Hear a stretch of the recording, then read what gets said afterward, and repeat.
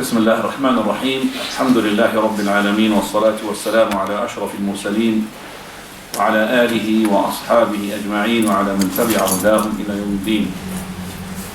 Indeed, all praise is due to Allah. We praise Him, seek His aid and ask His forgiveness. We seek refuge in Allah from the evils of ourselves and from the evils of our actions. Whomsoever Allah guides, none can lead astray. And whomsoever Allah leads astray, none can guide. I bear witness there is none worthy of worship except for Allah alone, having no partner. And I bear witness that Muhammad is His slave and His messenger. أما بعد, to proceed, فإن أصدق الحديث كتاب الله. The best of talks is the Quran, the book of Allah. وأحسن الهدي هدي محمد صلى الله عليه وآله وسلم. And the best of guidance is the guidance of His messenger Muhammad, may peace and blessings be upon him. إن شر الأمور محدثاتها. And very the most evil of all matters in Islam are the ones innovated. فإن كل محدثة بدعة.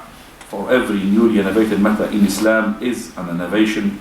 وكل بدعة ضلالة. And every innovation in Islam is a misguidance. وكل ضلالة في النار. And every misguidance will lead to the hellfire. First of all, we welcome everybody in a 2-session seminar describing the Hajj. For today there will be the first session, and inshallah next week will be the second session, and after that there will be no classes until the 7th of September. For verily, just like I'm explaining about the Hajj, I am myself on a Hajj mission. So I will be doing Hajj, and after that as well spending some time in my home country. So please make sure that you are at the moment ready for receiving the information. And before I go ahead, I would like to ask, how many of you are going for Hajj? Please put your finger up if you're going for Hajj this year. Put your finger up, please. I want to see it. You're not going for Hajj? Right, okay. The ones who are going for Hajj, they've got the priority for answering the questions and asking the questions. Okay? Now for the ones who have done Hajj before, put your finger up, please. MashaAllah. Okay, so for the ones who has done Hajj before and they're doing Hajj this year, put your finger up. The one who's done Hajj already and they're doing Hajj as well this year, put your finger up. Only one person. Okay, so that's the one. How many Hajj have you done before? 3. 3, mashallah. This is my 4th inshallah. Your 4th, mashallah. Inshallah. You should be a leader now. Well, for verily, the Hajj trip is a lifetime Hajj, a lifetime trip. And I always say that the person, he might get one shot to it.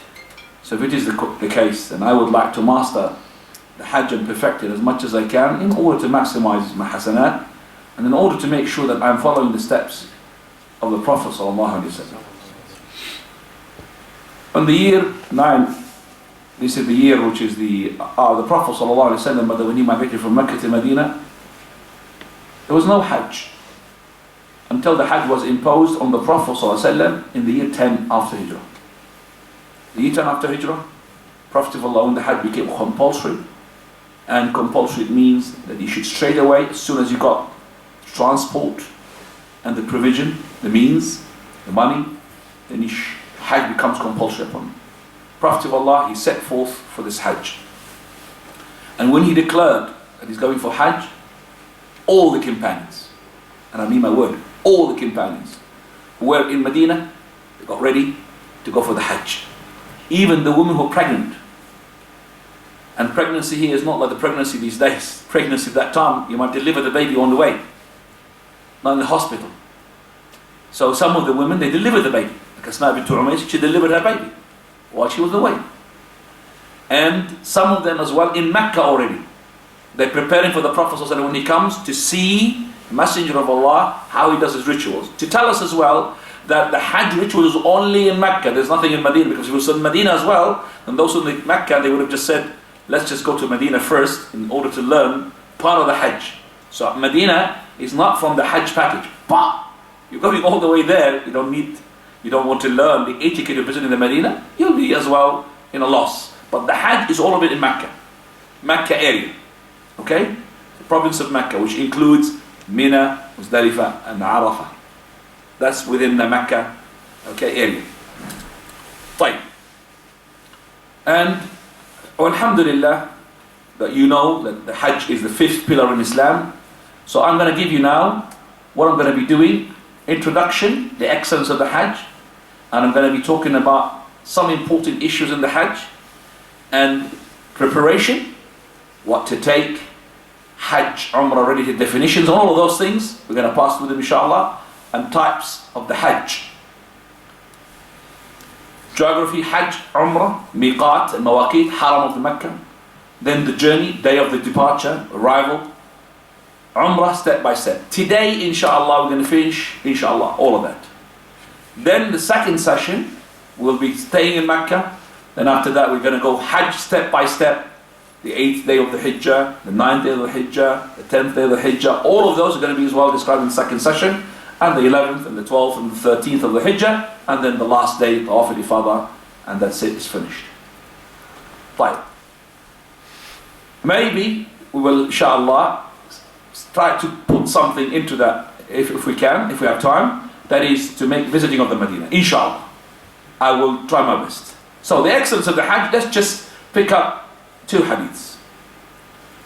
First one, that is Abu Hurairah radiallahu anhu. He said, I've heard the Prophet ﷺ say, whoever performs Hajj and does not commit any obscenity nor commit any evil will return as sinless as a newborn child.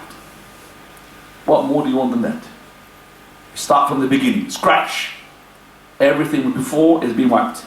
Now the second hadith I'm going to read, this is all of it excellently. By the way, you're welcome to take this PowerPoint presentation.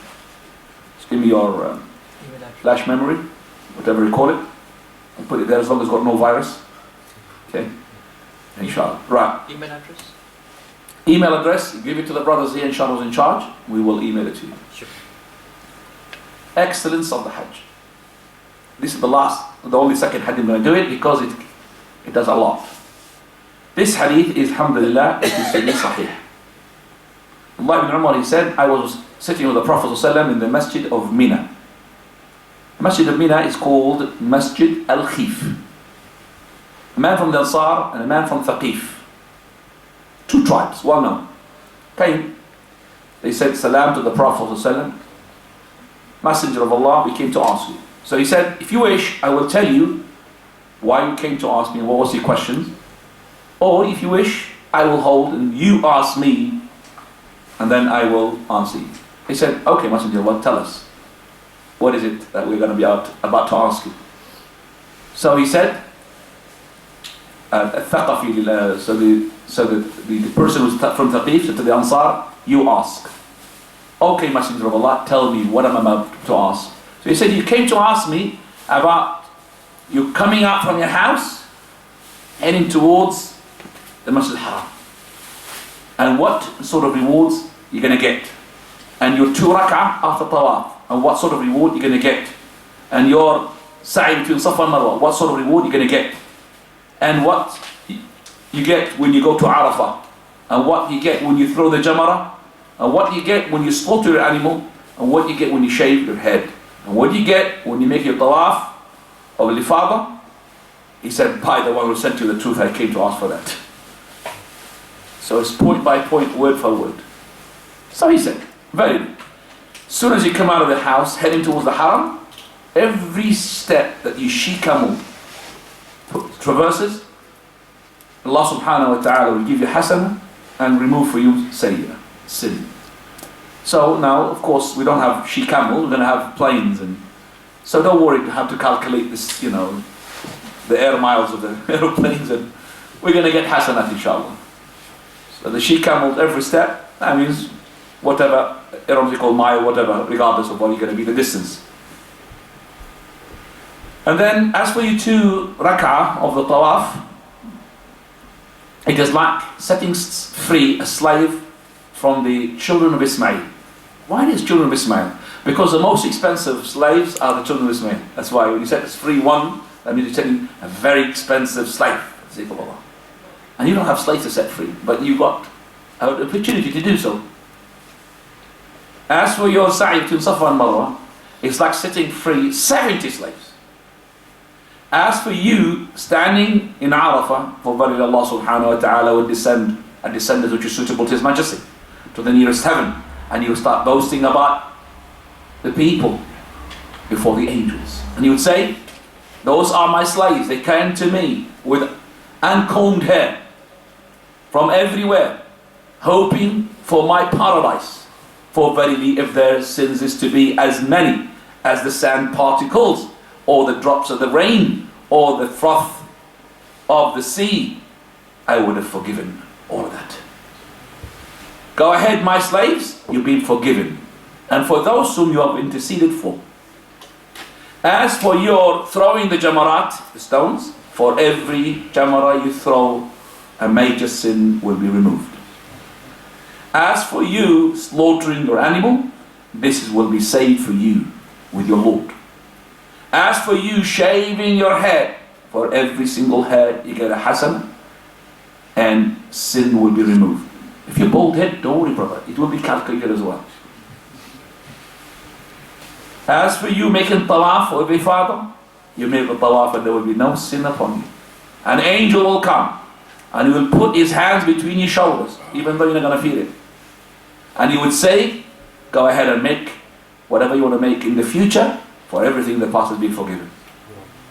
MashaAllah. That is why it's the trip of your lifetime. And I need to prepare for it. So mighty hadith, alhamdulillah, it is sahih. Right. Now we come to Hajj Mabrur. Hajj Mabrur means an acceptable Hajj. Hajj performed with the intention of seeking Allah's pleasure. Nobody else. You're not going there to say, I want to be titled Hajji. You're not going to be there as well to say, by the way, brothers, I have done 7 Hajj, in my life. 7 Hajj. There was a person who said, I have done 7 Hajj. Don't talk to me. So every time he does something and we complain about him, he says, I've done 7 Hajj, brother. 7 Hajj, you're going to destroy that 7 Hajj with the way that you say you're talking about. You're doing it for the sake of Allah. Hajj performed in accordance with the Sunnah of the Prophet ﷺ.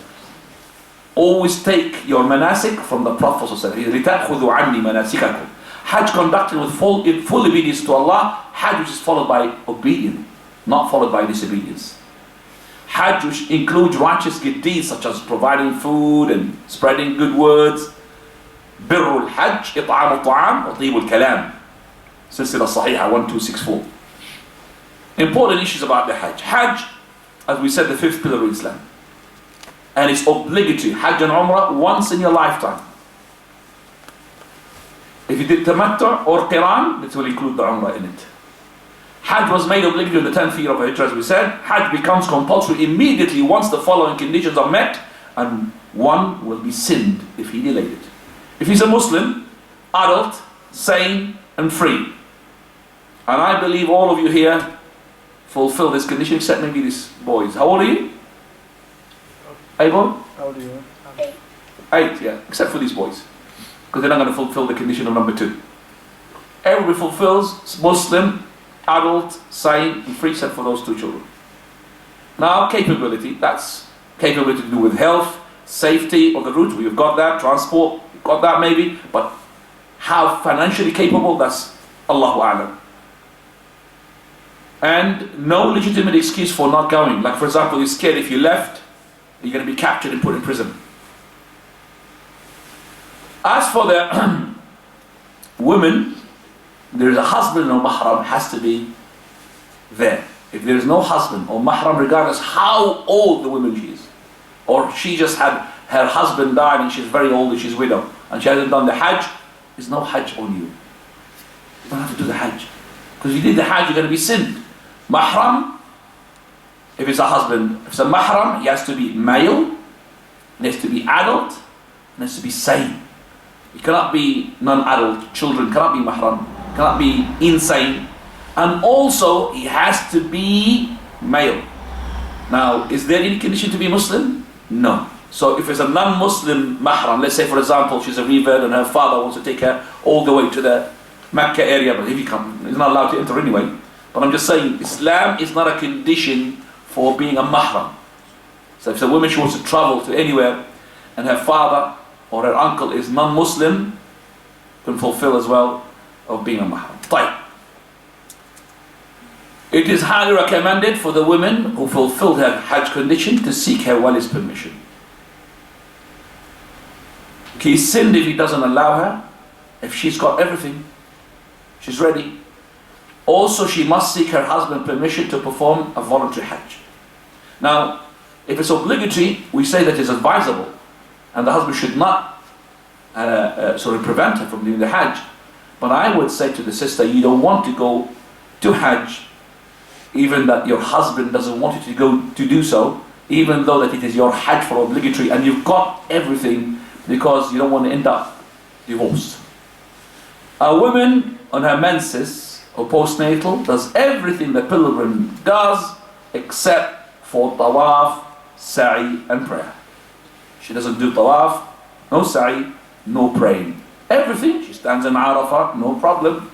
She makes the ifkar, no problem. Talbiyah is no problem. Throwing the jamara is no problem.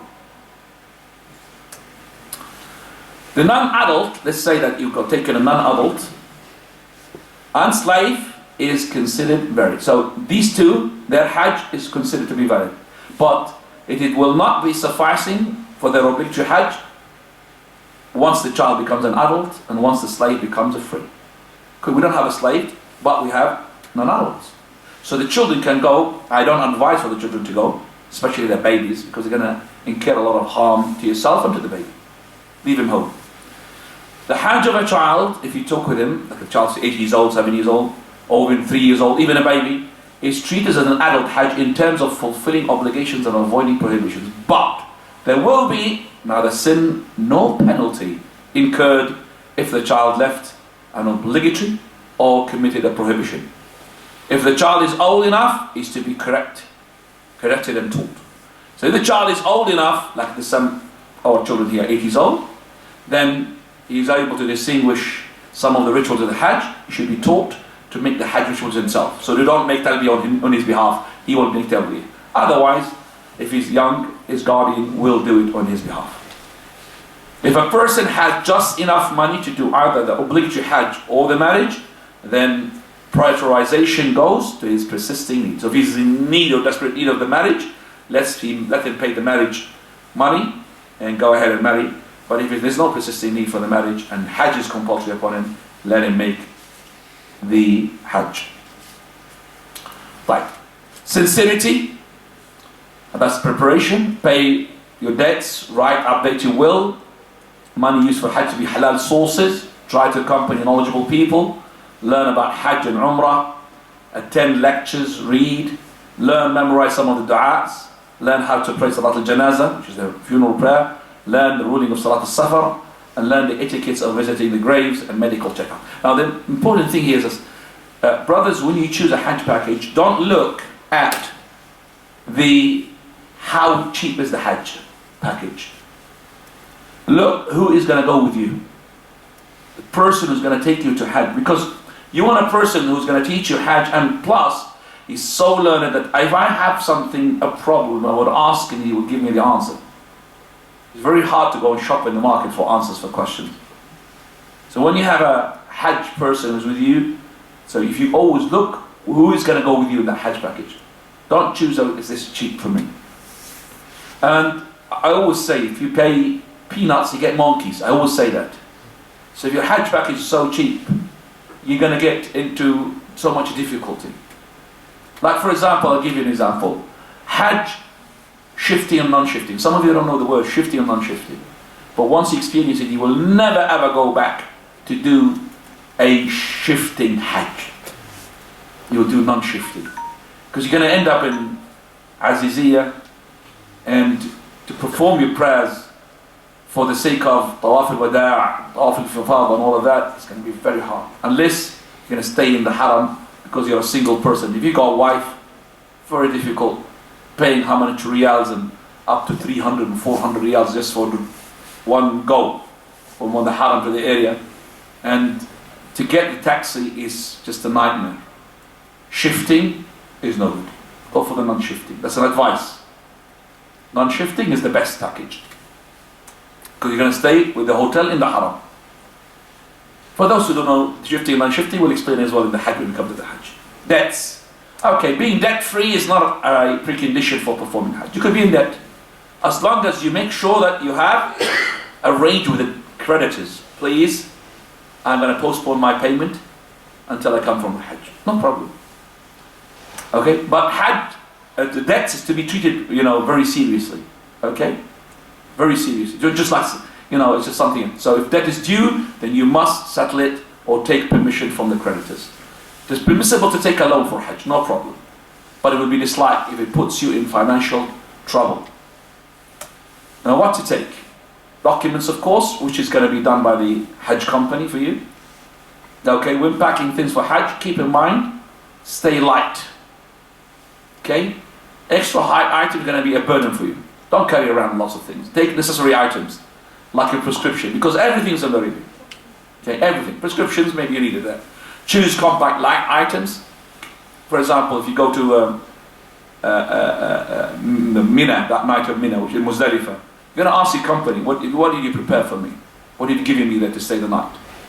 If they've given you that little blanket, alhamdulillah, that's enough, inshallah.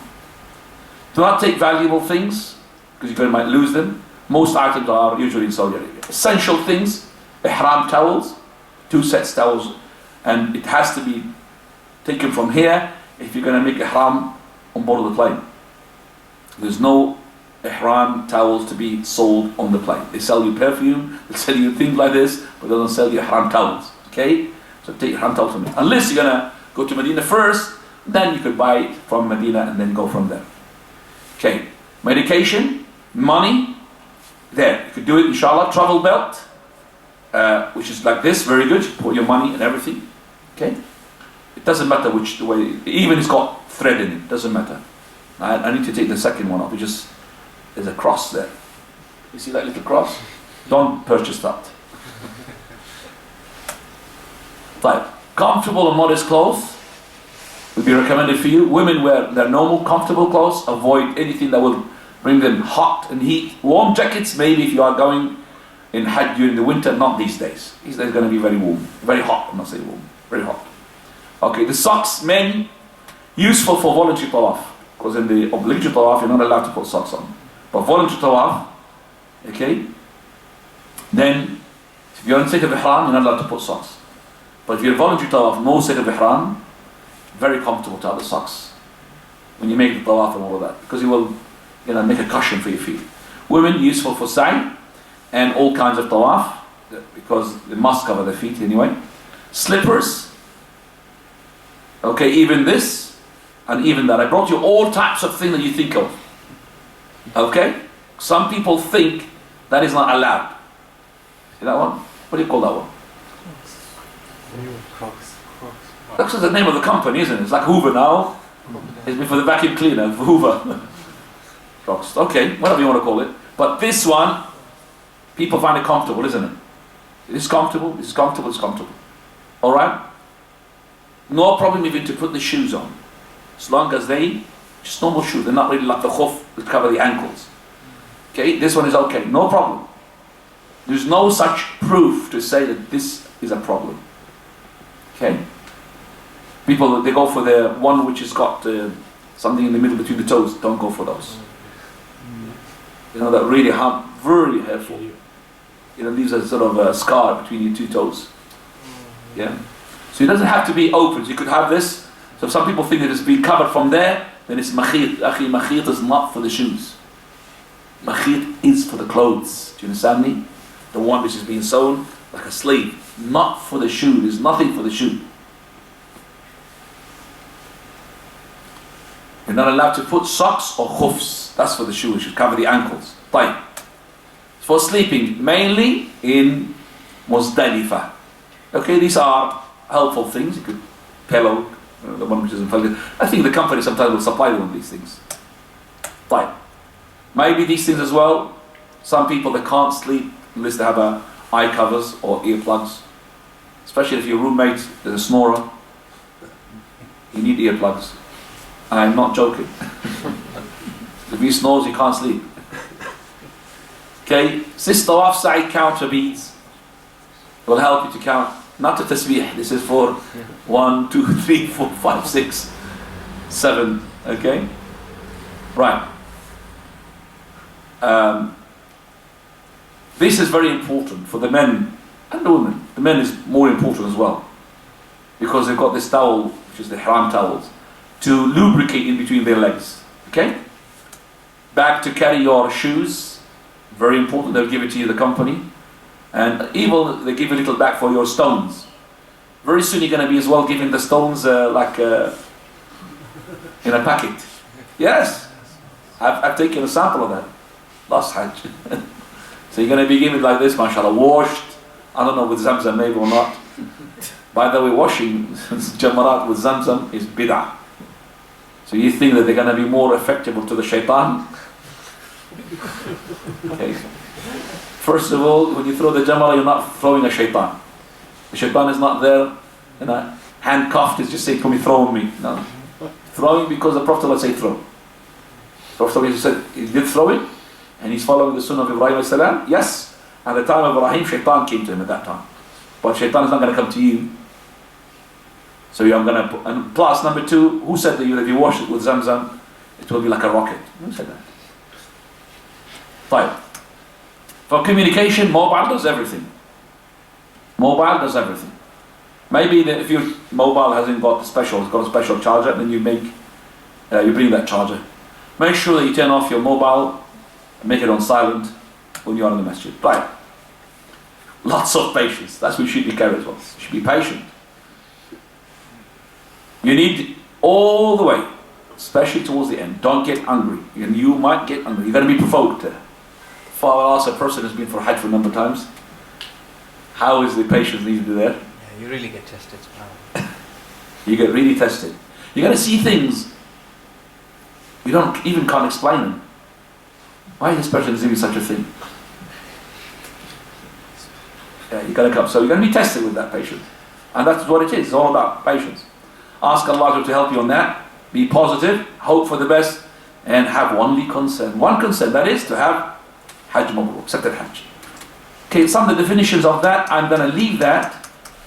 I'm going to show it to you, inshallah, where we're going. So I'll leave that page, inshallah. Months and days of the Hajj. These are the 3 months, which is of the last 10th, the 11th, and the 12th. These are Shawwal, Dhul Qa'dah, Dhul Hijjah. These are the months of the Hajj. And as for the days of the Hajj, there are the 8th, the 9th, and the 10th, and the 11th, and the 13th. Those called are the last 3 days, days of Tashriq. So you start Hajj from the 8th and you end on the 12th or the 13th, as we're going to see, inshallah.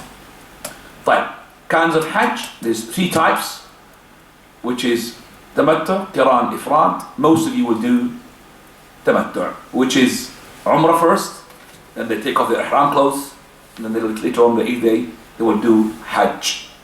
Tamattu is better, and that's the Prophet of Allah, he had requested it, even though he did not do it himself, because he's already done something that he cannot do the Tamattu, which he had taken with him his hadi, his slaughtering animal. That's why, otherwise he would have just said, if I knew that the Tamattu is allowed, I would have not taken with me my hadi, I would have taken off my ihram clothes. So he commanded all these companions who did not bring their sacrificial animal to take off their ihram after their umrah, and then on the 8th day to resume the Hajj. So the Hajj that you need is Tamattu'. Okay, located, where is it? It is located, as we said, in the area of Mecca. Mawaqit is a plural of miqat, which is the boundary that if you intend Hajj or Umrah, you cannot cross it without assuming Hajj or Umrah, or both. Muslim intending Hajj or Umrah who crosses the miqat without ihram must return to the miqat and make ihram from there. If she doesn't return and make ihram from the miqat, then she sinned. Right. Abdullah ibn Abbas, he says, Dhul Hulayfa, the Prophet said, Dhul Hulayfa and Al-Juhfa and all of those are mawaqis for the people who are passing from that area or any person coming from that area. Let's just go to them. They are as follows. Dhul Hulayfa, you could see here Mecca in the middle, there. And that's Dhul Hulayfa there. 255 miles north of Mecca. And Rabigh, 116 miles west of Mecca. And Rabigh, by the way, is called Dhul al-Juhfa, that's the religious name for it. And that to Irq, and 55 miles away, Qarn al-Manazil, Yalamlam. Those are the 5 places for mawaqit. You cannot pass them. So if you're coming from in the middle, so it's in parallel to this. Usually people coming to Riyadh first, then they will make the from here, from the place where it is, I would say, close to Qarn al-Manazil, from this area. If you're coming straight away from there, then you'll in parallel to the Hulayfa. If you're coming from the Red Sea, this area, parallel to Juhfa. By the way, Jeddah is inside, it's not a miqat. So if you landed in Jeddah, you cannot. And this is not ihram. You have to go back, take a taxi or something, and go to the mawaqit. What did they tell you to do on the airplane? I will give you everything question of you. If you write down or you question, I will tell you, shall you answer. You going to Hajj this year? Sure. Focus. Concentrate. But the Haram of Mecca. This is a sanctified area called Haram. It was limited or delimited by Ibrahim alayhi salam under the guidance of Jibreel alayhi salam. Okay, the Prophet ﷺ had made this Haram flags by sending a companion to do that. So the Haram means you're not allowed to cut the plants except for the idkhir. This is scented grass used in houses and graves. The game must not be frightened. Game must not be hunted. And artificial lost should not be picked except you give it to the lost and found property or office. Not to bear arms. These restrictions apply also to the Haram of the Medina. Those are the restrictions for the area. It's called the Haram, sanctified area. Right. This is the pillars that shows you the boundary of the Haram. So if you look here, it says here Bidayat al-Haram, that means that car inside the boundary and the one who's taking the photograph is outside the boundary. Okay, this is the map of Haram. So this is Masjid al-Haram. This is the city of Mecca, they call it. These are the areas, Arafah and all of those areas here. There's Mina and that's Muzdalifah. Those are the areas where you're going to be making Hajj. Haram, Mina, Muzdalifah and Arafah. This is the map. And by the way, all these stars indicate the Haram areas. I'm going to talk to them inshallah in a minute. So show you. These are the areas. Mecca is here. You've got Ja'rana and Nakhla, Arafah. Arafah, so it's a limit. Adah Libn and Hudaybiyah and Tan'im, where they call it Masjid Aisha. Okay? That's the one. These are the Haram area. And this how far they are. The furthest of them is Arafah and Ja'rana. Arafah and Ja'rana, the furthest from this. They're about 13.5 miles. And also Hudaybiyah. Right, let's just go to the Mawaqit in the Haram. So this is Mecca, Haram of Mecca, and that's the Mawaqit. Mawaqit, if you intend Hajj or Umrah, you cannot pass this Mawaqit unless you declare state of Ihram. Fine.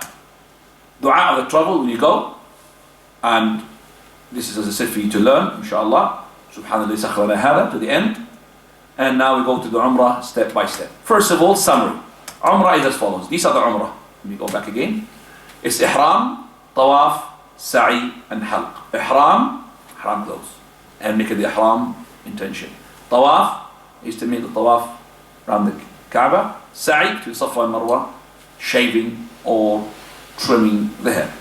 This is the summary of it. So Ihram, all of us are going to come from the area of A, outside. So we're going to straight away, as soon as we pass to the miqat, or part of the miqat, we're going to assume the Ihram, لبيك اللهم بحج, or لبيك اللهم بعمرة, or لبيك اللهم بحج وعمرة. But you're going to do the first part Umrah, لبيك اللهم بعمرة, and that's when you start from that. You don't start well before, just about. If you're going by plane, no problem, just about before. But if you're going by car or footstep, then stop with the miqat and make your declaration. Okay. Of course, if you're coming from an area inside, which you're not, then you declare it from inside, you don't go out. Okay? As for you are inside the Haram, then there is only Hajj for you, there's no Umrah. If you're a Makkiyin, okay? There's no Umrah for you, there's Hajj, only Hajj. Hajj Ifrat. Fine. Ihram, Umrah, preparation for the Ihram, it is recommended to take shower, ghusl. So at your house, before you go to board the plane, if you're going to straight away to the Haram, to Jeddah. So at your house, or some people have been doing it at the airport, but it's going to be costly. Okay, permissible and advisable to clip your moustache, nails, remove pubic hair, armpits hair. It's recommended. It's just permissible and also recommended sometimes because they're going to bother you. Permissible to put perfume on your body. This is already before Ihram. Head, beard, but not on the Ihram clothes. This is all of it before you declared state of Ihram. You're allowed to put perfume on yourself. And it's better because you're going to be sweating, so the perfume will sort of take away that smell. Put Ihram garments, and this is for the men only. And pray the prescribed salah if it is time for it. So if it's dhuhr, do the dhuhr, asr, do the asr. Pray your 2 rak'ah if making ihram from Dhul Hulayfa. So you're making ihram from Dhul Hulayfa.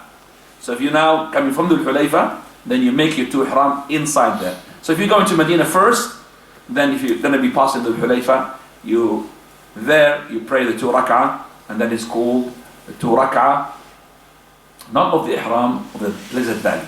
So 2 rak'ah is not for the ihram, for the Blessed Valley. So if you're making ihram from anywhere else, then there is no such thing 2 rak'ah for ihram. Okay. Now, note up to this point, all you've done is just preparation. Your intention was already made since you decided to make umrah. So, to state your ihram, or to start your ihram, say the following words. And by the way, in board of the plane, so if you're passing through, just while you are, let's say for example, they told you this is Qibla, so you face Qibla, okay? And you could stand up and you could sit down, it's up to you.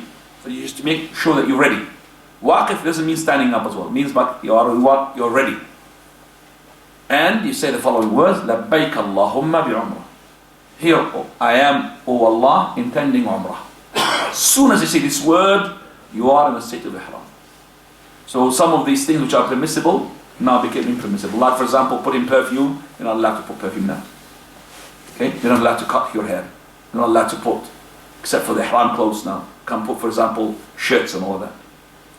So this is the equivalent to Takbirat al-Ihram. Takbirat al-Ihram in Salah, say Allahu Akbar. As soon as you say Allahu Akbar in the Salah, you're not allowed, for example, to eat a sandwich. Because you don't have. Same thing here, in the Ihram, you're not allowed to do certain things. Like we said, for example, to cover your head as a man. You can't cover your head from that point. Okay.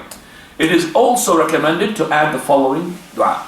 Allahumma umratan la riya'a fiha wa la sum'a. It's not compulsory. Allahumma mahilli haythu habastani. Allahumma umratan la riya'a fiha wa la sum'a means, oh Lord, I intend umrah without showing off.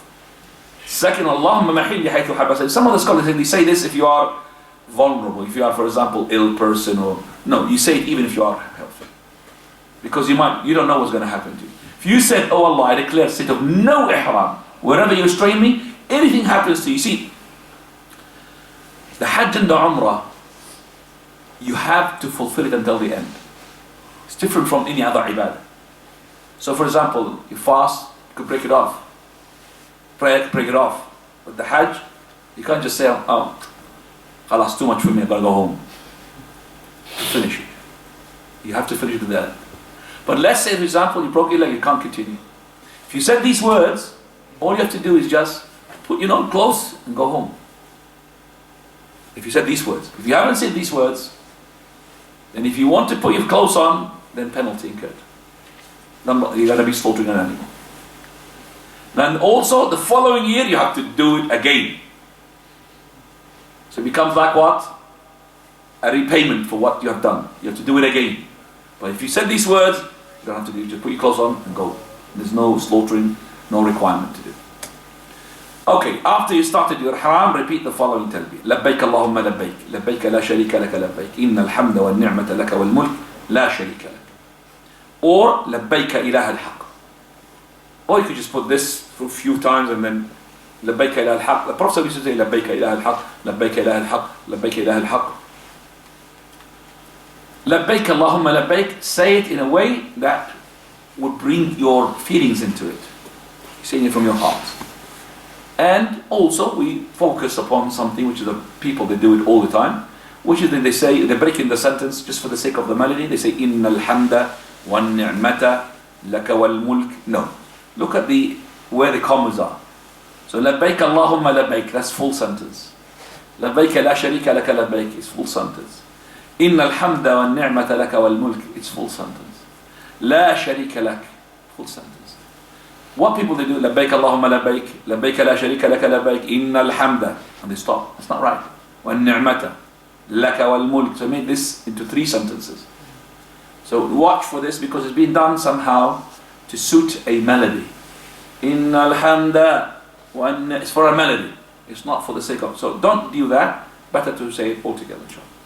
Also from the talbiyah that the Prophet ﷺ, he had approved the companions to do, which is the following: لبيك ذا المعارج لبيك ذا الفواضل, or لبيك وسعديك والخير بيديك والرغباء إليك والعمل, or لبيك مرغوبا أو مرهوبا لبيك ذا النعماء والفضل الحسن.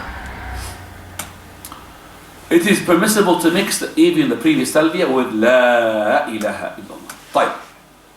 It is obligatory to say the talbiyah in a loud voice, especially when going up and down the hills. That's recommended. Saying the talbiyah in a low voice is against the sunnah. The companions used to lose their voice just about 36 miles away from the miqat. And in the case of Umrah, talbiyah should be continued until you see Mecca's houses in Haram borders in order to free oneself for coming stage. But if everything was prepared, no problem, you could continue until the Masjid al-Haram. Saying the talbiyah in groups is against the sunnah. But if it happens that you have synchronized with your friend without, sort of pre-preparation for that, it's no problem. Because always the person who does this talbiyah loud, everybody tends to want to follow him. The loudest pulls everybody with him. That's a normal thing. So, the Prophet ﷺ, he had encouraged for the talbiyah. He said, Inna Jibreel atani, he came to me and he commanded me, Jibreel, to command my companions to raise up their voices with the talbiyah. The best of the talbiyah, al-ajj wal-fajj. Any person who makes talbiyah, everything on his right, everything on his left, the trees, stones, and everything on the earth will make talbiyah with him. طيب. A woman on her hayd, it's a menstruation, she does not pray, but she takes a shower and assume ihram, the same thing. She says, labbaik Allahumma bi'umrah, no problem. She has to do that. No difference between men and women in respect of raising up the voice, except if she fears the cause of fitna. If her voice causes fitna, just to make it loud enough for her sisters. As for Aisha, she used to make talbiyah loudly, many used to hear her, and that's Aisha. Prohibition of ihram, mahdurat al-ihram. Once you say talbiyah labbaik Allahumma bi'umrah, the following things are not allowed. In terms of clothing, the men cannot wear any sewn clothes, such as shirt, turban, body cloth, trousers, underwear, socks, khuf. Sewn materials in themselves are okay, but those garments that are made to fit the limbs are not allowed. Cannot cover the head with something that touches it. You could cover the head by something not touching it. For example, umbrella, no problem. Cannot wear gloves. Although there is no harm to put your hands into your cloth if you're cold. But no gloves. Women can wear their normal clothes without specifying colors, but without covering their faces with veils or their hands with gloves. In the presence of men, they may cover their faces by dropping a piece of cloth, but without tying it to the face. Right, fragrance, not allowed. For men, women is not allowed anyway. But for men, you should not perfume yourself, your clothes after entering your home. Cleansing, you should not remove any hair from any part of your body. You should not clip your nails. Now, there's something here I need to emphasize here. Cutting the hair and cutting the nails. For those who are leaving part of their family here, okay, so they're leaving to Hajj, leaving part of their family, they need to know that there is not just the hadi on them when they go there, but there is an udhiyah. 2 things here. Hadi, sacrificial animal for the Hajj. And the udhiyah is the one for your family, you and your family. So if part of your family is here, gone your own, you make sure your udhiyah is being slaughtered in this country, or in any country. But as long as you make it the udhiyah. Now, as you are the head of the family, just the head of the family, he is not allowed to cut his nails, cut his hair from anywhere, or peel off his skin like that, from the first day of Dhul Hijjah until his qurbani, his udhiyah has been slaughtered. So this is now where we're going to have something which is going to sort of cross between each other. That is, let's say that you are doing your umrah within the first 10 days of the Hijjah. Okay? And you are the head of the family. And you finish your umrah. What do you need to do now? Cut your hair. But you've got an udhiyah, which says that you cannot cut your hair until what? Your udhiyah is going to be slaughtered, which is after Eid, or the day of Eid. Do you understand me? For the case of this umrah, this is not a prohibition. So you cut your hair, even though you're not supposed to, because you're making an udhiyah. This is only for the head of the family, mother. Do you understand that? So you cut your hair, but do not cut the what? Nails, nor peel off the skin, until your udhiyah is being slaughtered. So the hair, for the sake of what? Making tahallus, finishing your umrah. Is that understood, everybody? That's the point. You need to make sure that you understand it. Prohibition as well, sexual intercourse and wedding is not allowed. And hunting, should not hunt or assist a person to hunt. Should not kill animals except those who are harmful. Snakes, lice, mice, whatever. Okay? Fishing is allowed. I'm just saying that maybe you're passing through the sea there, and then a fish, no problem if you're fishing on the side of Ihram. Okay? Expiation for the violation of this of Ihram prohibition. This takes a long time. What prohibits it? This is, you could just ask the sheikhs with you. I've done this wrong. What should I do? I've done this wrong. What should I do? So I'm going to leave that one because it takes a bit of time to explain. And let's go now. Permissible things in the Ihram. No harm in using umbrella. And no harm to carry your baggage on your head just for the sake of carrying, not for the sake of shading. Wearing sandals that do not cover the ankles. If you have only shoes that cover the ankles, then there is no need to cut them below the ankles. You've got nothing except for the shoes, no problem. If cold, put normal clothes on top of your izar without sliding the shoulders. So you can put your jacket, but don't put your hand through the jacket sleeves. Okay? Just to make sure that you're warm. Okay? Wearing a ring or watch is no problem. Wearing a hearing aid is no problem. Wearing glasses, contact is no problem. Cleansing yourself with cleaners, even if they've got some scent, or like some of them have got perfume, but they're not perfume, you see. Any shampoo has got some sort of perfume in it. It's no problem. It's only the perfume you're not allowed to use. Washing your ihram garments or put new ones, no problem. Wearing a belt to keep your money, even if it's got some stitches in it, it's no problem. Using a mask, your face, no problem. No harm to touch a black stone, is no problem. Even if it's got perfume in it, no harm to shake the hand of someone who's got perfume. Okay. Pitfalls, I'm going to just use that. I'm going to leave that because we're not going to be that needed that much. So we're going to go to Masjid al-Haram now. This is an old picture, I need to renew it, of the Haram. Okay, that's the Haram, that's the black stone corner, Yemeni corner, there. Okay, the last part, front maybe it's been changed now. Okay, let's just go to the new there's a new picture, new image. Okay, that's a new image of the Kaaba. Okay, right? Okay, please watch for those who did not go. For those who did not go, please focus because we're going to be asking you a question in a minute. Fine. How long until 9:18. 9:18, okay. We'll try to finish in 18 minutes. We can't. We still got a session after the prayer, okay? Right. Door of the Kaaba, Miqat Ibrahim. This is the Miqat where Ibrahim a.s. used to stay on top of it to build the Kaaba and see the Kulurian. Okay? That's the stone. And by the way, it was next to the Kaaba and being pushed later after that. So the stone Ibrahim used to go on top of it to build the Kaaba. But later on it was pushed away. I mean, he was not standing there and he hasn't got a long arm to go like a crane, okay? That stone was next to the Kaaba. Prophet Ibrahim used to go on top of it, and Ismail brings in the stone. There's only two people working. Bring the stone, and Prophet Ibrahim would lift it up and put it in the place. He left a mark. That mark is called what? Station of Ibrahim, Maqam Ibrahim. So, Allah had honored that. It been pushed away in the time of the Khilafah, of the Khalifas, pushed away to make space for the people. Okay? And when you make the 2 rak'ah of tawaf, you put this maqam between you and the Kaaba. So we make the 2 tawaf rak'ah, make the 2 this between you and the Kaaba. Fine. This is Al-Hijr. They call it Hijr Ismail. That's not right. This is part of the Kaaba. The Kaaba was, when Ibrahim a.s. built it, he built it up to and including this.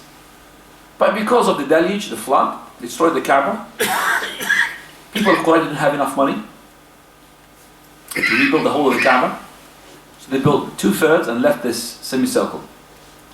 And if you want to refer to the story of the building of the Kaaba, I had when we talked about Prophet Ibrahim a.s., we talked about the building of the Kaaba in there, you could refer to it.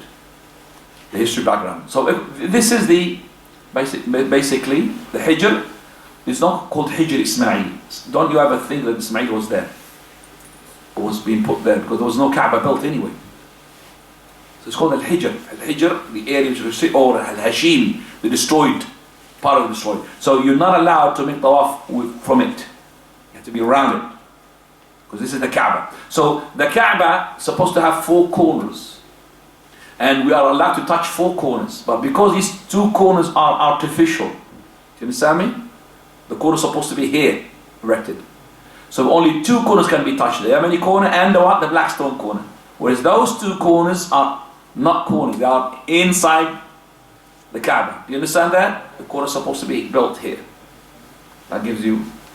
Okay. This is the black stone corner. The black stone is there. This is the black stone which has been sent by Allah Azza wa Jal from Jannah. It was white and turned into black because of the shirk of the kuffar. This black stone, by the way, was stolen by the Qaramita for 20 years, 22 years they stole it. Okay? They stole it for 22 years. And these people have done a lot of damage until it was returned back to the Kaaba. If you want a history background for that, this is a different lecture. And this is the Yemeni corner, Shami corner, and as I said, it's artificial corners here, Iraqi corners. Think of them like this is Yemeni corner, means facing Yemen. This also, they call it Yemeni corner, they call it 2 Yemeni corner, but they call it the black stone corner because of the black stone is here, surrounded by that piece of metal. Iraqi corner because facing Iraq. And this is Shami corner facing Sham, that's Sham. Okay? That's what it is. Right. This is to Zamzam water. Before there was a well, there's no well now, you can see, you just go to the Zamzam, which is normal taps. And this is direction to Safa. Right. This direction is to Marwa. Right. In case you don't have to memorize, so if I ask those who are going to go there for the first time, going to do Hajj, who has never been there before to the Kaaba, put your finger, don't be shy. You've never been there.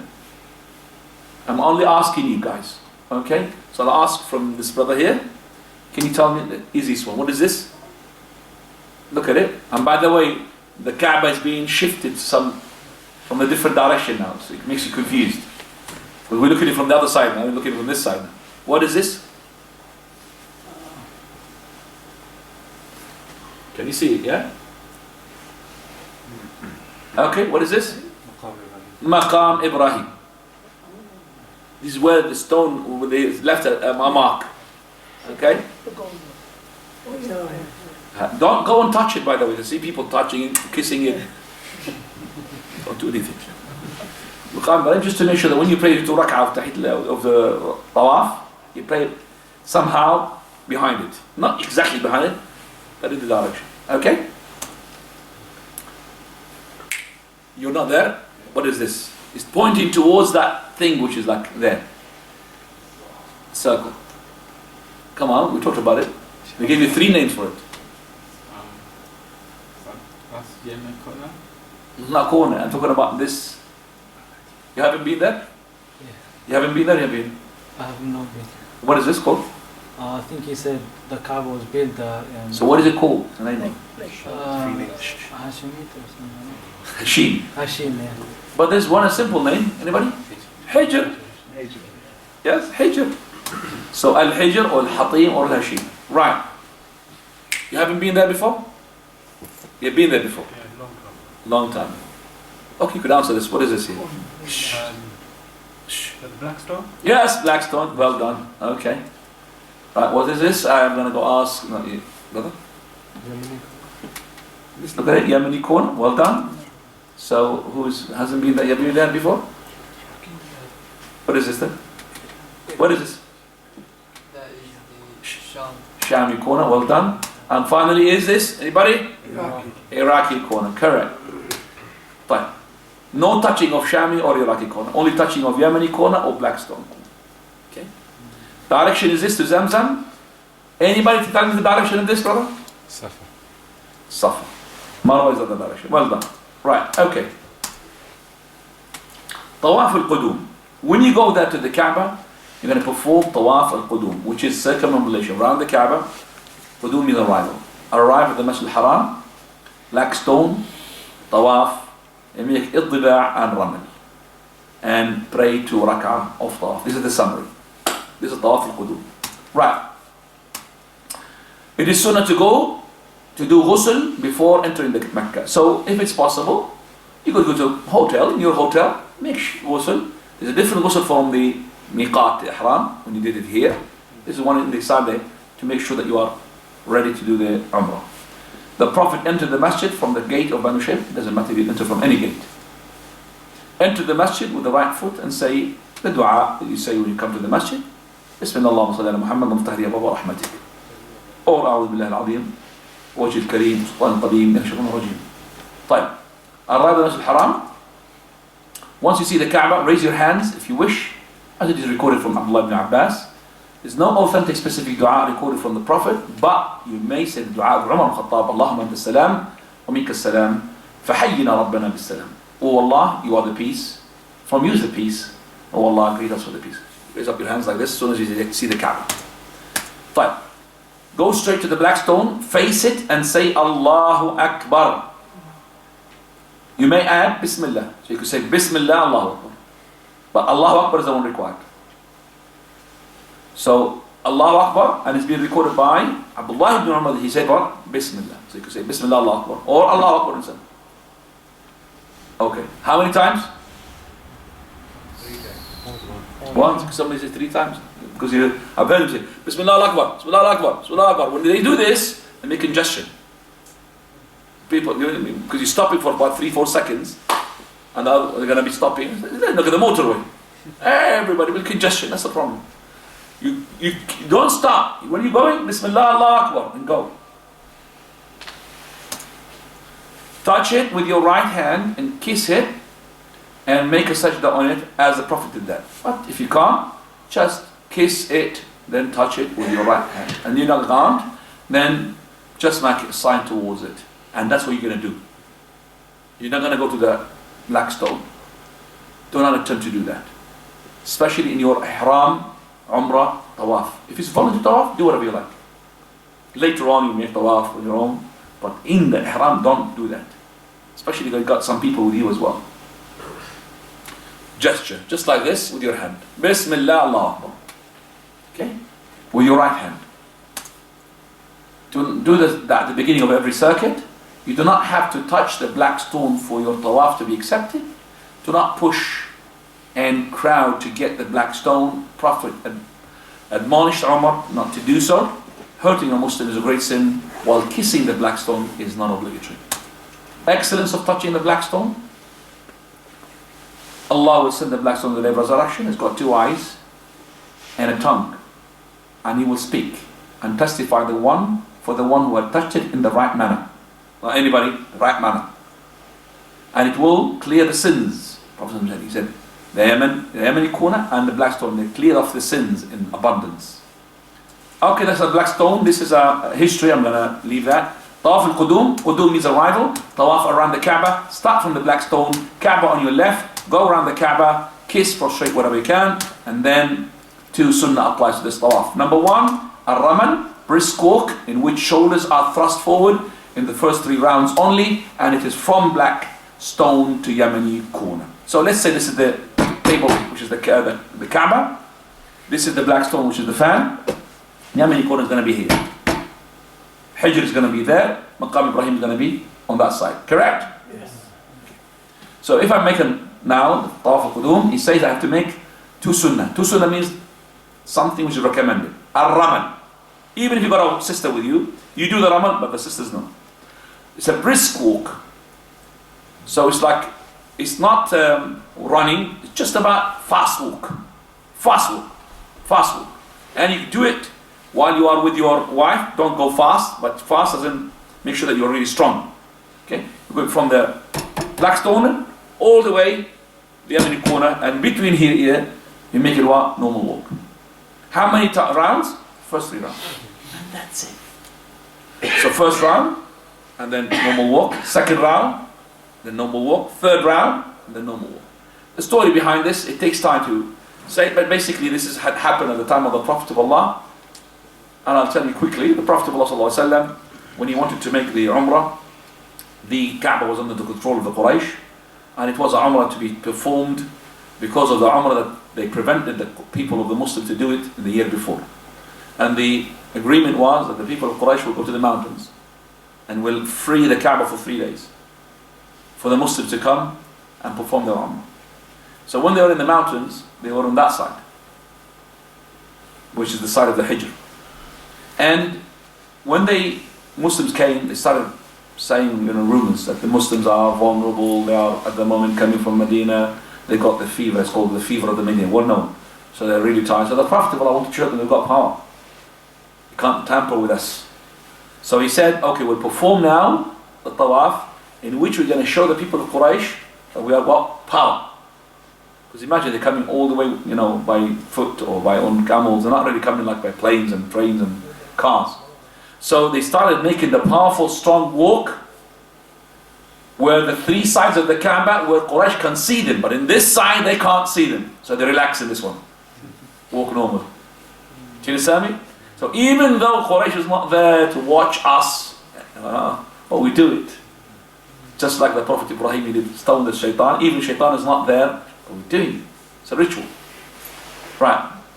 Second one, al-Diba'. Al-Diba' means to expose your right shoulder. And this is for the 7 rounds. And it's only for this tawaf, nothing else. No other tawaf will have this al-Diba'. So, okay. So it says here, throughout the 7 rounds, and it's only for this tawaf. Do you understand me? There's no tawaf al-ifada, tawaf al-wada', there is no exposure to the shoulder. It's only what for tawaf al-qudum. So this apply only to this tawaf. Sunnah applies to this tawaf. Only this tawaf. Okay. Right, this is where they make the tawaf. Basically, everybody knows that. This is where you make the tawaf. It is anti-clockwise. Okay. Right. State of wudu is required for all kinds of tawaf. Menstruating women does not make tawaf until she becomes clean. All kinds of tawaf, including optional tawaf, consist of 7 circuits around the Kaaba, followed by 2 rak'ah behind Maqam Ibrahim. But the Kaaba should be left to not make tawaf backwards. Okay? To not walk backwards. And tawaf shall be performed within the boundaries of the Haram. You can't go for the markets and make tawaf around the markets. And you say, make tawaf around the Kaaba. Right. Now, touch the Yemeni corner with your right, and each time you pass, and do not kiss it. Okay? If you are not able to touch it, then you should not make any sign towards it with your hand. So this is the Yemeni corner. Yemeni corner, there is no kissing. It's only touching. If you can't touch it, there is no gesture, like the Blackstone. Do not face your hand to the Yemeni corner and say Allahu Akbar. This is only for the Blackstone. You're just touching it, that's all. Do not touch Shami or Iraqi corners, because they're not corners, remember. You can say the Prophet dua between the Yemeni corner and the Blackstone corner. رَبَّنَا آتِنَا فِي الدُّنْيَا حَسَنًا وَفِي الْآخِرَةِ حَسَنًا وَقِنَا عَذَابَ النَّارِ. طيب. There is no particular dhikr for tawaf, so you could make any dhikr, anything. For recitation of Quran, do not follow those dua books, which is dua number 1, round number 2, all of that not correct. Make dua by yourself, do not do it in shouting groups. Shouting groups are really, makes you sometimes provoked. You want to make your own recitation, you might, shouting group, As soon as you go away from there, another shouting group passes through. Another shouting group, from shouting group to shouting group. I call them shouting groups. You keep shouting. And you can't even focus on your own dua. Really, really disturbing, very disturbing. Yes, Shaykh?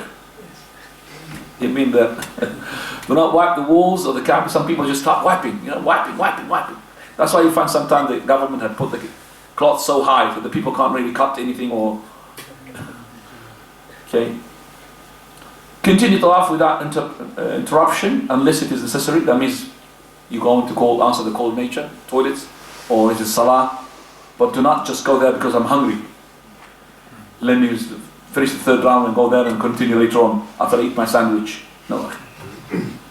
Okay? When it is time for obligatory salah, you stop your tawaf, join the salah in your place, and then resume your tawaf from where you left it. You don't have to do the whole round.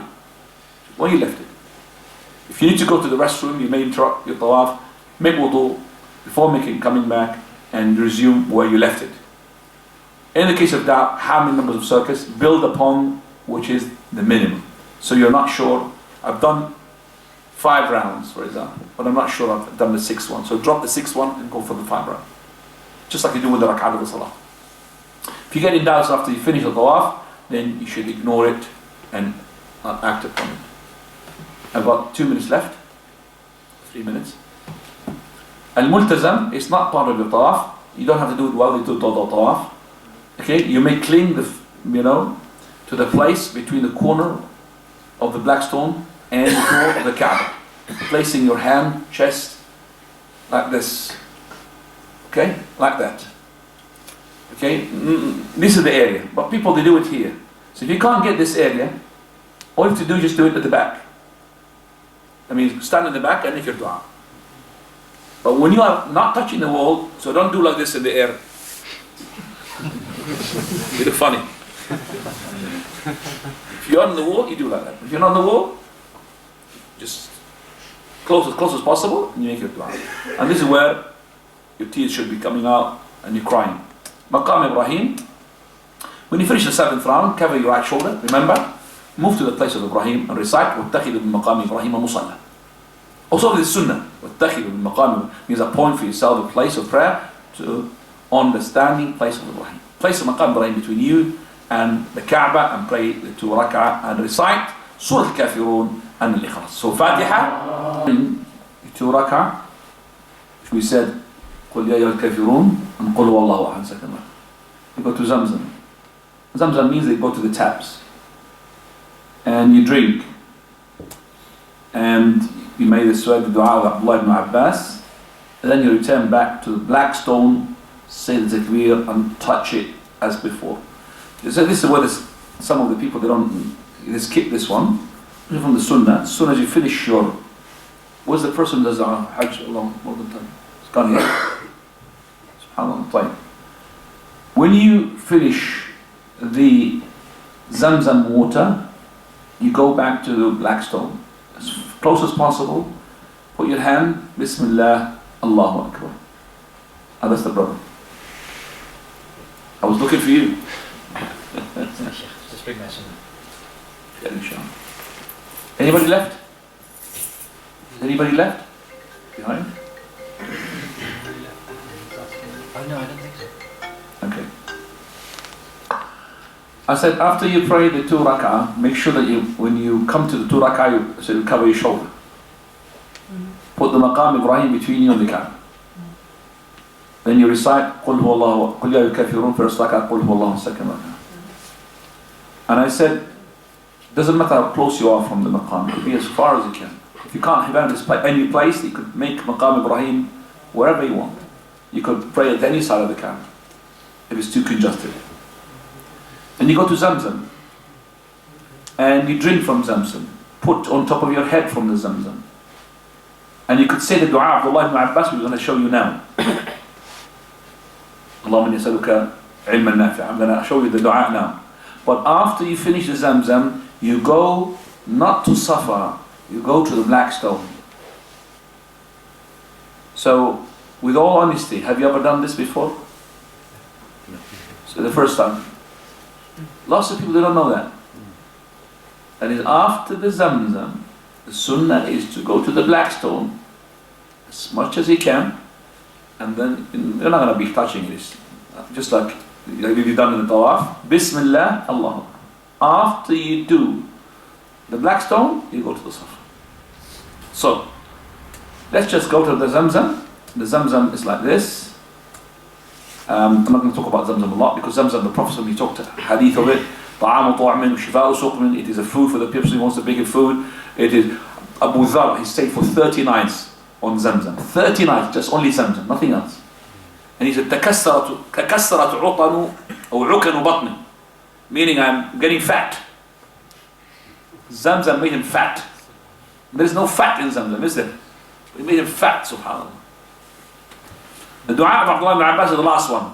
اللهم إني أسألك علما نافعا ورزقا واسعا وشفاء من كل داء. Oh Allah, I ask you beneficial knowledge, abundant provision, and a cure from all disease. So in that Zamzam, there is knowledge and provision, and there is as well a cure from all disease. Say that dua and you say, drink that water. طيب. Now coming to the Safa al-Marwa. Safa al-Marwa summary is as follows. Start with the Safa, recite the ayah, make the dhikr and dua, walk to the Marwa, on the Marwa, do the same thing on the Safa, walk back to the Safa, second lap, complete 7 laps in the same manner by following your steps. Finish at the Marwa. That's the summary. Let's go to the details. When you're reaching the foot of the Safa, so we come to it, you say, إن الصفا والمروة من شعائر الله ومن حج البيت أو اعتمر فلا جناح عليه أن يطوف بهما ومن تطوع خيرا فإن الله شاكر عليم. You say that only once, because we find people, they go to the Marwa, then back to the Safa. While they come to the Safa, they say the ayah again. It's only once. Once you're finished giving the gesture to the black stone after you finish the Zamzam, Bismillah Allahu Akbar, you go towards the Safa.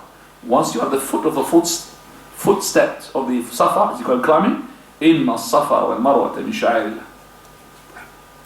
So only once. Now then you say, نَبْدَأُ بِمَا بَدَأَ اللَّهُ بِهِ. We begin with what Allah had begun with. This is what the Prophet ﷺ had said. Right, climb the Safa.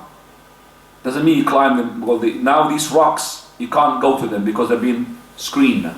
You know that. There's a screen. So you go just in this area. As close as possible to the rocks. Without giving any conjecture. Doesn't matter, you have to reach, the glass. Doesn't matter. Then face the Kaaba. And you might see the Kaaba from there. Face the Kaaba. Face the direction of the Kaaba. And say the dua, which is Allahu Akbar, Allahu Akbar, Allahu Akbar. لا إله إلا الله. It's called dhikr. لا إله إلا الله وحده لا شريك له له الملك وله الحمد يحيي ويميت وهو على كل شيء قدير. لا إله إلا الله وحده لا شريك له أنجز وعده ونصر عبده وهزم الأحزاب وحده. You're saying this with your hands down. So this is dhikr. Then after that, you put your hands up and you say your own dua. Whatever dua that you want to say. And after you finished it, you put your hands down and you do this dhikr for the second time. From the beginning, Allahu Akbar, to the end, وَهَزَمَ الْأَحْزَابَ وَحْدَ. Then after that, you put your hands up for the second time. You make your own dua. Then you put your hands down after you finish dua. Then you go for the third time to make this dhikr, and then you move. So, as we say all that 3 times, making dua in between. So dua is twice, dhikr is what? 3 times. So it takes you at least from 3 minutes to 5 minutes to 6 minutes. Some people, seconds and they move, seconds and they move. You're not coming here to the gym or coming to measure the distance. You're coming here for dua and dhikr. Take your time. Safa and Marwa takes the most of the time, more than the tawaf. طيب. Safa, then you descend from the Safa and start walking the direction of the Marwa. You walk until you reach the green signpost, which is now lots of lights. Before it was just cross light, now it's just lights all over, the green light. That indicates the bottom of the valley. There's no valley now anymore. This is our mother Hajar. She went from the Safa to the Marwa in order to look for somebody to help her regarding her son who is hungry, wants to have milk. She has no milk because she can't produce milk, she's got no food. So she went from the Safa to the Marwa, Marwa to Safa. She did that 7 times until Jibreel came to her and the Zamzam water came out. So when she went to go down, that's the bottom of the hill. Now the bottom of the hill, we don't see the bottom of the hill. We see something flat. But when they have done this, from that time of Hajar, they have indicated, they made a mark. This is where our mother had used to accelerate in order to go to the second hill. And the same thing, she goes down. So as soon as she tucks off her clothes and she starts. So basically even the women should do that, but because now there's men to watch, we're not supposed to make the women to run. But had it been, let's say, for the sake of argument, that there's nobody except for women and no cameras, then the women should what? Run the same thing. So our mother, how does she run? And you run. Now it doesn't mean run that here, some people mix it as a joke. You're running because you remember Prophet had it. And you don't want to harm people as well. You start pushing people away, but you run. Okay, you run. And لا يقطع الأبطح إلا شب. The Prophet said that the abtah, which is the area that لا يقطع إلا شدة, that means very fast. Very fast. Now in that, after that you go and you ascend. You could say رب اغفر وارحم إنك أنت الأعز الأكرم. On the whole of it, there's do upon, and then you go to Marwa. There is no in the Safa. No, just only once we said. Go to the Marwa and you do the same thing that you did in Safa. You're not going to see the Kaaba, but you're going to see the direction to the Kaaba. So you say the same thing, which is Allahu Akbar to the Hazam al-Ahzab wahda. 3 times, in between 2 times the dua. You're going to be patient because you're going to find people cutting their hairs in there. It's so dirty. Cutting their hair on the floor. There's some people there, they are having a picnic, they're sitting down, making congestion with the people they want to pass through. You have to enjoy good forbidden as much as you can. Brother Yaqi, move. This is haram, this place for people to move. These are the people, there's no congestion, it's only the people ignorance in being inconsiderate. Just sit in the middle. People, they want to move. And regardless of how many police there and how many, you can't really do everything. We have to be policing ourselves. Wallahi, there will be no congestion if everybody can do the bits they're supposed to do. But that's where the patience comes in. Right. Then you return till you ascend the Safa, running between the 2 green signposts, and that is the second lap. Then you return to the Marwa to till you complete the 7 laps, finishing upon the Marwa. Now watch. Follow your steps. Meaning, if you were doing it round the walls, you do it round the walls. You don't go down walls to the middle, to the middle, to the end of the middle. No. You follow your steps. Make sure that as much as you can, you're doing it where you've been doing it. Bin Samis, you went to the Safa next to the wall. When you return back, go to the Safa next to the wall. From the Safa to the Marwa, the same thing to the wall. Or you're in the middle, you're in the middle. Or you're next to the aisle, next to the aisle. Follow your steps. That's the sunnah. Make the following dua. That's the only dua is being recorded. رَبِّ اغْفِرْ وَارْحَمْ إِنَّكَ أَنْتَ الْأَعْزُ الْأَكْرَمُ. رَبِّ اغْفِرْ, that means Lord, forgive and have mercy to me or on me. Surely you are the most noble, the most generous. You end up in Marwa. Now, when you are in Marwa, there is no dua. So how many du'as have you been doing? 7. So, Safa, dua. Marwa, dua. Safa, dua. Marwa, dua. When the 7th lap, you go to Marwa, there is no dua. The dua is to indicate the beginning of a lap, not the end of a lap. Do you understand me? So you started with the dua when you started the Safa, begin the lap. But when you are in Marwa, you finish the lap. There is no dua. People, they do dua, there's no dua. Khalas, you finish now. Your exit, and now you're going to go to the last bit, which is جزاك الله خير. هذا اللي خلاني أفترض مرة.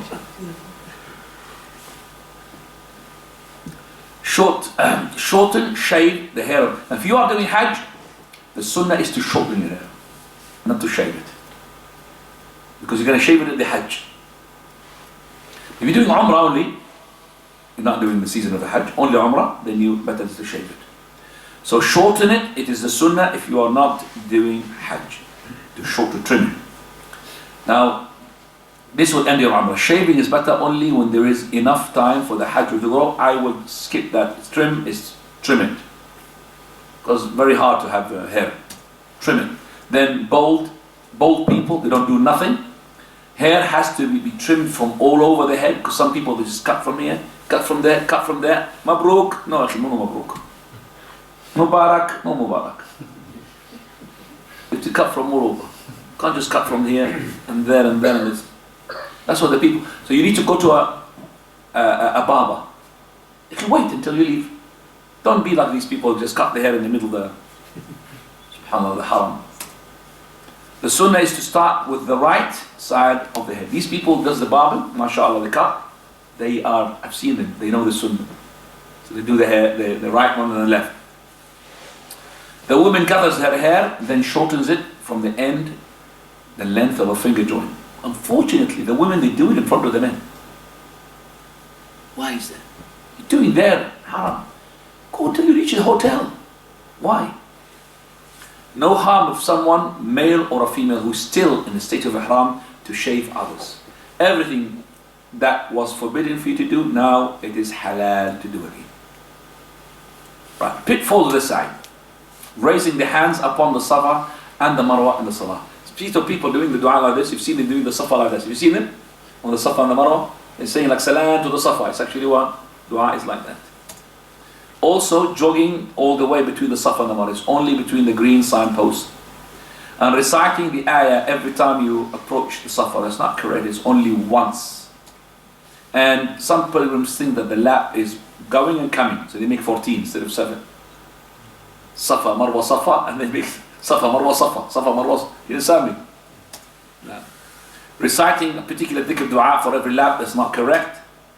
And now staying in Mecca, as I said, inshallah, will be left for next week. Have any questions? I'll start with the question of the brother who raised up his hand. The first time, that brother there. Father. Did you forget your question? Or still? My question was... It wasn't answered? Oh yeah, it was about the miqat, wasn't it? Was it answered? No. So Go ahead. When you're on the aeroplane, sometimes some airlines will tell you to... Some airlines will tell you, some airlines will not tell you. You reach the miqat point and is that... Okay, if you are going by Saudi Airlines, they will tell you inshallah. 100%. They will tell you. Then you have a musalla even on top of board of the plane. Proper musalla in the middle of the plane, mashallah. And if you're traveling by non-Muslim plane, they're non-Muslim, they're not allowed to land anyway in Sami. But they're going to Jeddah. You're going by what? Non-Muslim plane or British Airways or what? No, it's a Muslim plane. Khalas, you never tell you. Don't worry. Further. You know, if somebody say 40 pray in Medina, how they stay only 3 days? A question regarding the Medina? Yeah, Medina. Is how many pray? How many prayers? Pray, yeah. I don't understand the question, Uncle. Ustad, I think his question is because he followed up Altaf. He's saying that people have told him that if he prays 40 prayers consecutively in Masjid Medina? Nabawi, In Medina? in Medina, yeah. he'll be protected from hypocrisy Oh, and I see. salvation of the grave. Yeah. Okay. By the way, the etiquettes of the Medina will be discussed next week, inshallah, if we can put it inshallah through. Regarding the question, this one, it's nothing to do with the Hajj or the Umrah. It's to do with a particular ibadah that he said, if you pray 40, pray 40 Yeah, 40. in Medina, then you get what? You get whatever. You get Jannah or something? You know, if somebody they stay in Medina Yeah. for the 40 days. So 40 prayers you need. Yeah, 40 pray. That means you need about Yeah. 8 days. Yeah, 8 days, yeah. Yeah. That's not correct. Yeah. You could go to Hajj without going to Medina. Yeah, I have a stay only 3 days. Okay. 3 nights. You could go to Hajj without even going to Medina, not even half an hour. Yeah. But we told to the people, Yeah. because you might as well, you came to Hajj and you are in Saudi Arabia, it's better to go and visit the masjid, not the Prophet, the masjid. Yeah. Your target is the masjid, not the grave of the Prophet. Sallallahu Alaihi Wasallam. So you visit the masjid, after the masjid you visit the grave. Okay? Praying 40 prayers there is not authentic, it's not correct. Yeah. So delete. Delete, yalla, delete, we don't want it. Do you understand now? This is not correct. Yeah. Lots of people talk about 40. If you spend 40 nights in this cave, you become a prophet. Huh? If you go 40 days outside this country, you make good da'wah. If you make 40 is number 40 is a magical number. 40 and number 7 as well. So any person, like for example, you know the one who had made this Sikhism, Sikh. He said to me he was a Muslim. He said that's in there, and he went in the cave for 40 days as well. No wonder why.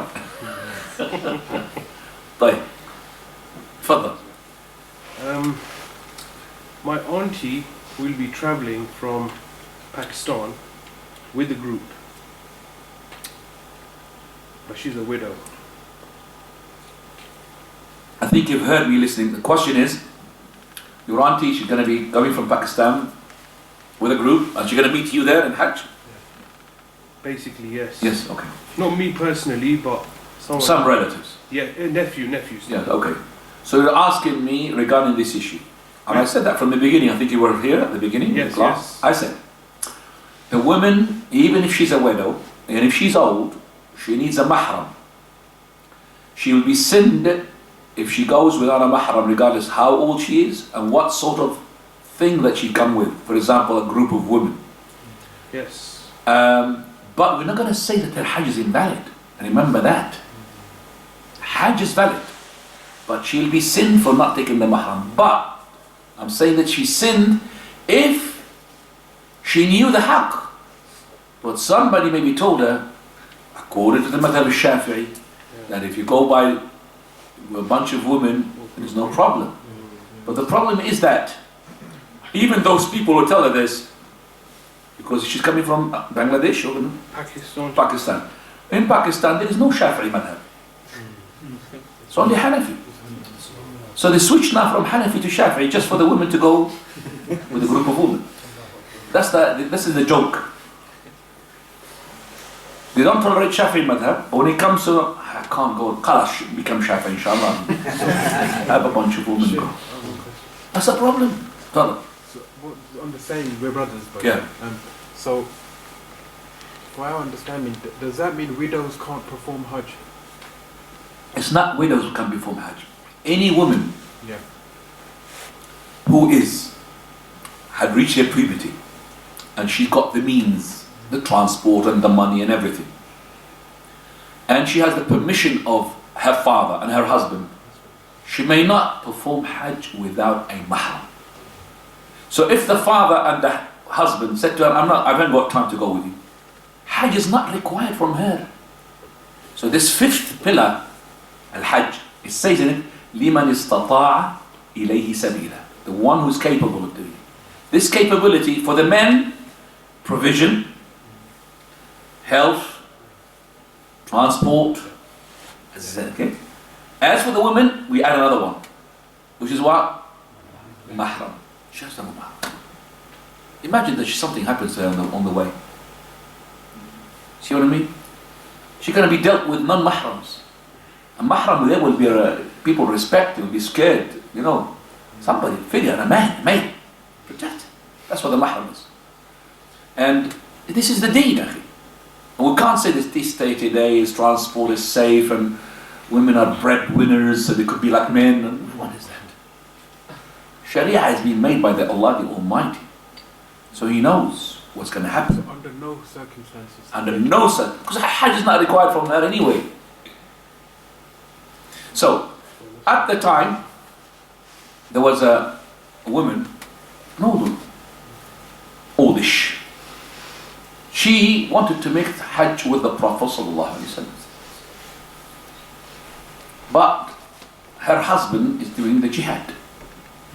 She wanted to do Hajj. So, Prophet of Allah asked her, why are you making Hajj? She said, well, my husband is being written for such and such expedition.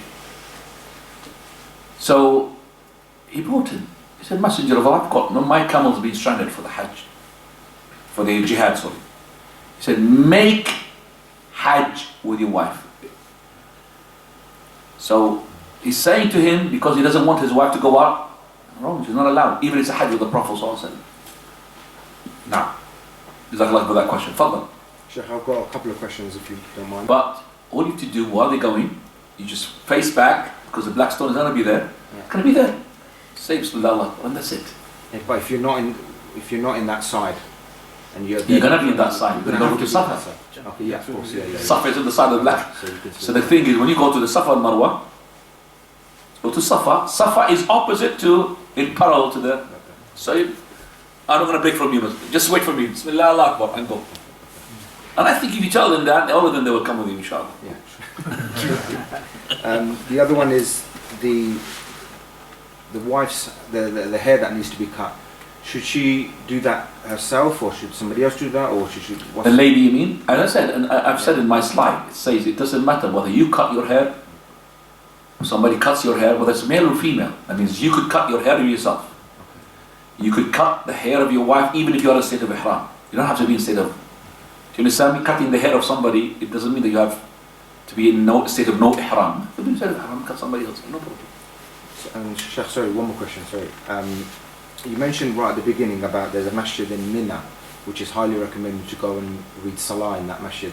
Now I've been told a lot of the groups, they don't take you to this masjid because a lot of them prefer to stay within the We haven't really reached the Hajj yet. So Okay. we're going to Hajj questions now. Okay. Masjid al-Khif. Do you understand me? So leave the Hajj question to the Hajj. We will talk about it, but keep that question, Sheikh, my son, who's over 17 but not 18, is going to Hajj with me. Will he discharge his obligation for Hajj in this Hajj? Definitely he is. 17 is not an adult plus. MashaAllah. You could get him married. Inshallah. Fadl. But not when he's doing Hajj.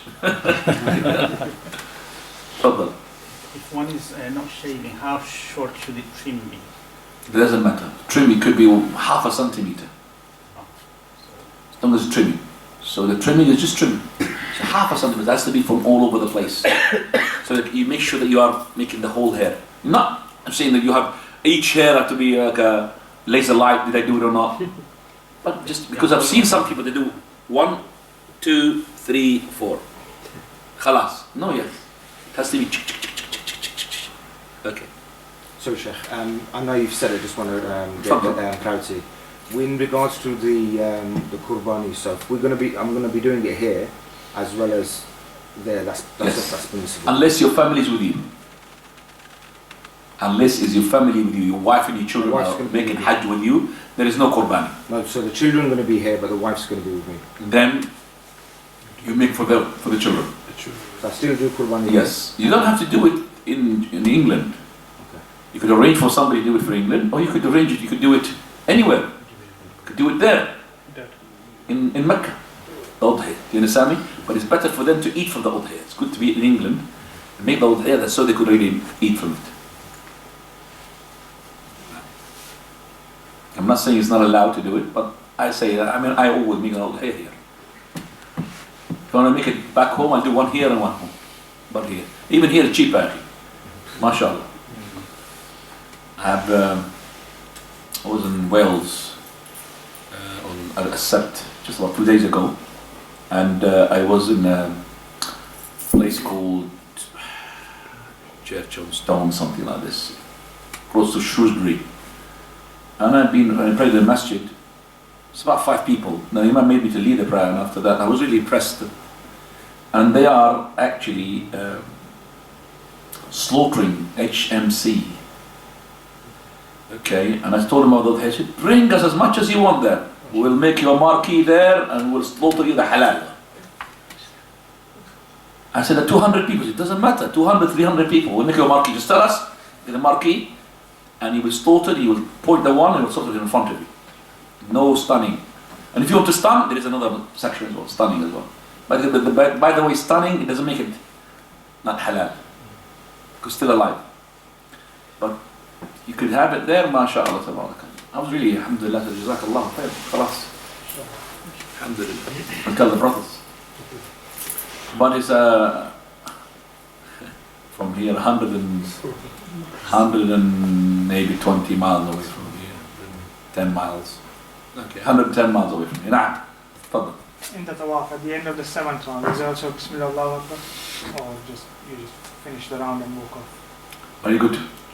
7th round, again, Bismillah Allahu Akbar to indicate the beginning of the round, just like within the shot. Very good question. I think he knows the answer, just want to ask me to benefit the others. So when you start the round, you say Bismillah Allahu Akbar. So in the 7th round, when you finish it and you go to the maqam, you don't say Bismillah Allah. Always Bismillah Akbar indicates the what? Start. Same thing when you said Allahu Akbar, Allahu Akbar at the beginning, start of the Safa. Very good. Now, Fadal. So there's no 2 rak'ah for the ihram. Yes. 2 rak'ah of ihram doesn't exist. So in Saudi plain there is place for prayer. So what is this place for? Now I said if you are making ihram from Dhul Hulayfa. Dhul Hulayfa is the place which is about 5 miles away from Medina, 6 miles away from Medina. So if you are going from there, not on plane, it has to be on foot or on actual land. So then my question is that what is this space for prayer in the plane? What is that for then? Oh, I'm talking about for the obligatory. Oh, okay. That place for obligatory. Yeah, you have to, because you might, because you're traveling for a very long time.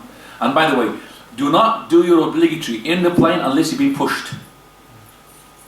So if you are traveling, let's say 1:30 in the afternoon. So before you board, pray on land, your Dhuhr and Asr, as soon as Dhuhr comes in. Pray Dhuhr and Asr. But if your plane, for example, had started before Dhuhr time, and by the time you arrive there, it's going to be Maghrib, then you have to pray Dhuhr and Asr where on board. Do you understand what I said? So if you have boarded before Dhuhr, you can't pray Dhuhr or Asr. And you're going to land there after sunset, then make the prayer on board the plane because of necessity. You take it, of course, 2 rak'ah, 2 rak'ah. And that's where we say to you, you stand up and face the Qibla. If you can't face the Qibla, then stand up. If you can't, then pray the way that you can. But don't just pray in the seat without asking. Some people pray in the seat, Allahu Akbar. If you pray voluntarily in the seat, no problem. But obligatory, to ask, ask around. Even if it's a non-Muslim plane, some of them they will allow you in the kitchen and allow you to go and pray. They'll allow you. There's always space by where the exit door is. That space is always clear. Muslim plane or non-Muslim plane? Non-Muslim plane. Non-Muslim have to ask, otherwise they're going to think you are. They're going to open the door. Do something. Ask. Muslim plane is no problem. Once I was in a non-Muslim plane, I just went to the toilet, I ended up more than 20 minutes. This still is, started knocking on my door. I said, I'm in the toilet. Then after 2 minutes, they knock on the door again. I just opened the door, I've got no belt, plastic belt, or what do you do? What is this pushing? They just want to know what I'm doing there inside. That's what these people are. Allahu Musta'an. That is what 9/11 and 7/7 and 10/10 and 6/6 Allahu Musta'an. Don't worry. Allah says, وَيَمْكُرُونَ يَمْكُرُ اللَّهُ وَاللَّهُ خَيْرُ الْمَاكِرِينَ. They plot, and Allah is the best of the planners. Allah is with us. Now, any questions? When you do the side, so it's one way in, one way out, so you follow that system. Yes, so I'm just saying, some people go like this. I'm just saying, always keep to either the wall, to the middle, as much as you can. Follow your steps, that's what it means. So it's one coming back one way and going that way, another. It doesn't matter. It doesn't matter going on.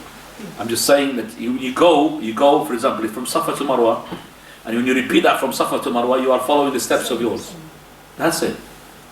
Fine. Anything else? Come on. Wudu, when you're in Muzdalifah, if you have water, can you do tayammum? In Muzdalifah, we haven't reached Muzdalifah, by the way. Hajj is second part. Okay. But let's say it's a question with Muzdalifah. In any place where you can't find water, and the time of the prayer is going to come out, then you make tayammum inshallah. Alright? Anywhere. But in Muzdalifah, let me tell you, there's lots of water. سبحانك اللهم وبحمدك أشهد أن